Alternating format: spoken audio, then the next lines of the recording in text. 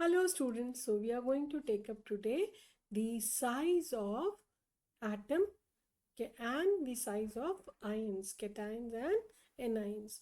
तो हम करने जा रहे हैं size. To find out size, जो parent atom है वो बड़ा है, cation बड़ा है या anion बड़ा है. ओके, तो देख लेते हैं कौन सबसे बड़ा है, राइट?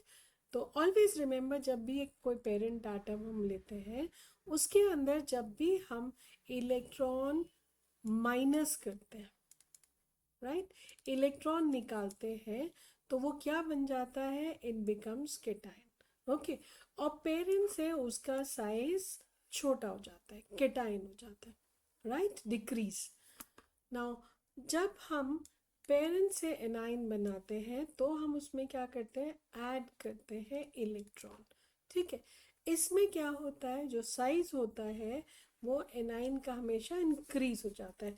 इसको बहुत इंटरेस्टिंग वे से समझते हैं. से पेरेंट है 100 रुपीज़, आपने जब पेरेंट में से आपने क्या किया, से 1 रुपी माइनस कर दिया, तो इसके पास जो कैटाइन बचा वो बचा 99 रुपीज़ के साथ. तो डेफिनेटली 99 100 से छोटा है.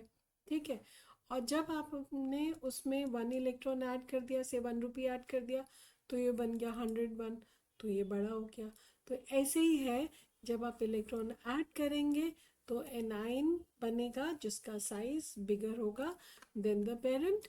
एंड अगर आप इलेक्ट्रॉन निकाल देते हैं तो जो साइज होगा कैटाइन का that will be smaller than the parent atom. ठीक है, इसको हम समझ लेते हैं. एग्जाम्पल, मैग्नीशियम ले लेते हैं. मैग्नीशियम का एटॉमिक नंबर है 12.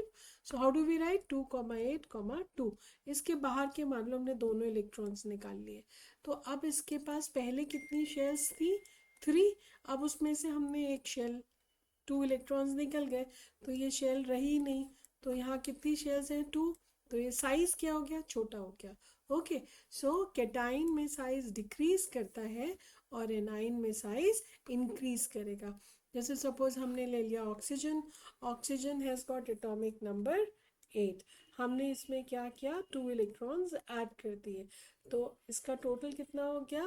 O2 माइनस इसके पास आ गए 10 इलेक्ट्रॉन्स. ओके, इलेक्ट्रॉन्स ऐड करते ही इसका साइज इंक्रीज कर जाएगा. ओके, ना अब एक बहुत ही इंटरेस्टिंग कंसेप्ट है. वो कंसेप्ट है हमारा आइसो इलेक्ट्रॉनिक आयंस का. ओके, जैसे I ask you a question, suppose magnesium 2+ है, सोडियम प्लस है, फ्लोराइड माइनस है, ऑक्साइड है, और से कार्बन +4 से हाँ +4 कर देते हैं. चलो, इसमें से मैं पूछती हूँ इनका रिलेशन क्या है आपस में, how they are related. So what do we find out the number of electrons. क्योंकि आइसो का मतलब क्या है? सेम. इलेक्ट्रॉनिक वर्ड आया है फ्रॉम वर्ड इलेक्ट्रॉन्स. तो वो आयंस जिनके पास नंबर ऑफ इलेक्ट्रॉन सेम है उनको हम आइसो इलेक्ट्रॉनिक कहते हैं. ओके, एग्जाम्पल ले लेते हैं. मैग्नीशियम का एटॉमिक नंबर होता है 12. 2+ है, इसका मतलब इसके 2 इलेक्ट्रॉन जा चुके हैं, तो कितने बचे? 10 इलेक्ट्रॉन्स. सोडियम का एटॉमिक नंबर होता है 11. यहाँ पे 1 पॉजिटिव चार्ज है, दैट मीन्स 1 इलेक्ट्रॉन बाहर जा चुका है, तो 11 minus 1, 10 electrons. Fluoride, fluorine atomic number होता है 9.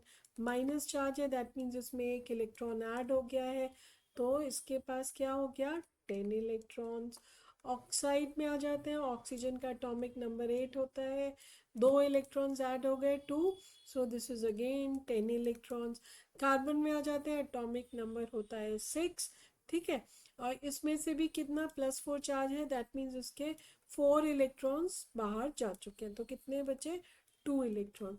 अब इनमें से रिलेशन देखिए, ये सारी स्पीशीज है other than carbon. Carbon, right, carbon cation, ये सारी की सारी दे हैव 10 इलेक्ट्रॉन्स. तो ये क्या हो गई हमारी आइसो इलेक्ट्रॉनिक स्पीशीज. ओके, है ना इंटरेस्टिंग? अब अगर इसमें साइज आता है तो आप बता सकते हैं that cations will have smaller size than their parent, and anions will have bigger size than the parent atom from which they are formed. Okay, thank you. Happy learning.